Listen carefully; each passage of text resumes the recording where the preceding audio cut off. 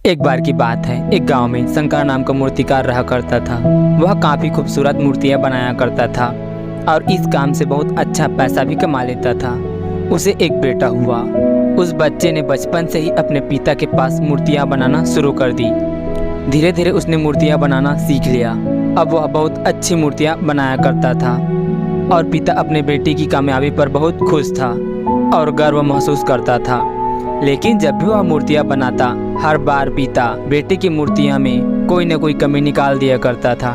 कहता था, बहुत अच्छा किया है बेटा, लेकिन अगली बार इस कमी को दूर करने की कोशिश करना। बेटा भी कोई शिकायत नहीं करता। वह अपने पिता की सलाह पर अमल करते हुए अपनी मूर्तियों को और बेहतर करता रहता। इस लगातार सुधार से मूर्तियां अपने पिता से भी अच्छी बनने लगी और ऐसा समय भी आ गया कि लोग बेटे की मूर्तियों को बहुत ज़्यादा पैसे देकर खरीदने लगे, जबकि उसके पिता की मूर्तियां पहली वाली कीमत पर ही बिक रही थी। पिता अभी भी बेटे की मूर्तियां में कमियां निकाल ही देता था, लेकिन बेटा को अब यह अच्छा नहीं लगता था कि कोई उसकी मूर्तियां पर कमियां निकाले और वह बिना मन की कमियों को स्वीकार करता था, लेकिन फिर भी अपनी मूर्तियों में सुधार कर ही देता था। लेकिन एक दिन ऐसा भी आया जब बेटे के सब्र ने जवाब दे दिया। पिता इस बार जब कमियां निकाल रहा था तो बेटा बोला, आप तो ऐसे कहते हैं कि जैसे आप बहुत बड़े मूर्तिकार हो। अगर आपको इतनी समझ होती तो आपकी मूर्तियाँ इतनी कम दाम में नहीं बिकती। मुझे नहीं लगता कि अब आपकी सलाह की मुझे ज़रूरत है। मेरी मूर्तियाँ बिल्कुल ठीक है। पिता ने बेटे की यह बात सुनी तो उसने अपने बेटे को सलाह देना और मूर्तियों में कमियां निकालना बिल्कुल बंद कर दिया।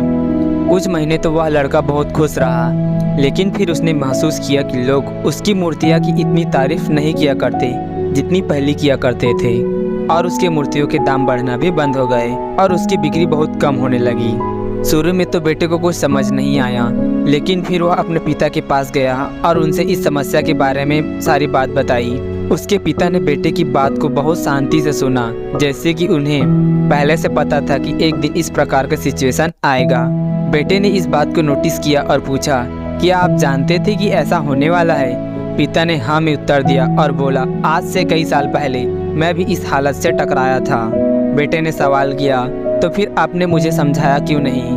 पिता ने जवाब दिया, क्योंकि तुम समझना नहीं चाहते थे। मैं जानता था कि तुम्हारी जितनी अच्छी मूर्तियाँ मैं नहीं बनाता हूँ। यह भी हो सकता है कि मूर्तियों के बारे में मेरी सलाह गलत हो।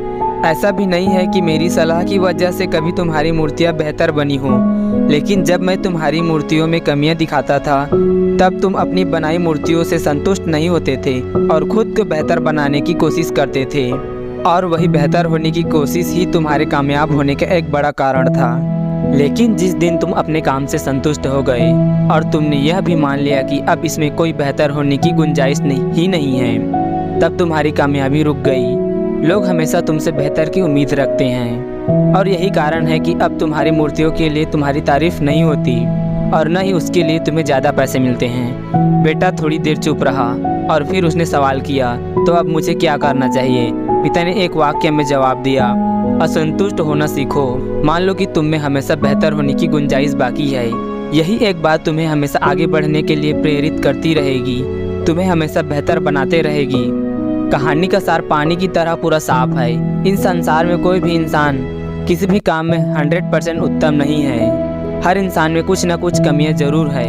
हमें इस कमी को अपने अंदर तलाश करनी चाहिए और इससे बेहतर बनाने की कोशिश करनी चाहिए, और इस कमी को तलाश करने के लिए हमें असंतुष्ट होना सीखना होगा, तभी जाकर हम अपने जीवन में आगे बढ़ सकते हैं। मुझे उम्मीद है कि मूर्तिकार की कहानी से आपने कुछ सीखा होगा। अगर हाँ तो कृपया इस वीडियो को साझा करें, और अगर आप चैनल पर नए आए हैं तो लाइक और सब्सक्राइब करें ताकि ऐसी मोटिवेशन वीडियोस आप तक सबसे पहले पहुंचे। मैं आपसे मिलूंगा अगले वीडियो में। तब तक के लिए जय हिंद, जय भारत।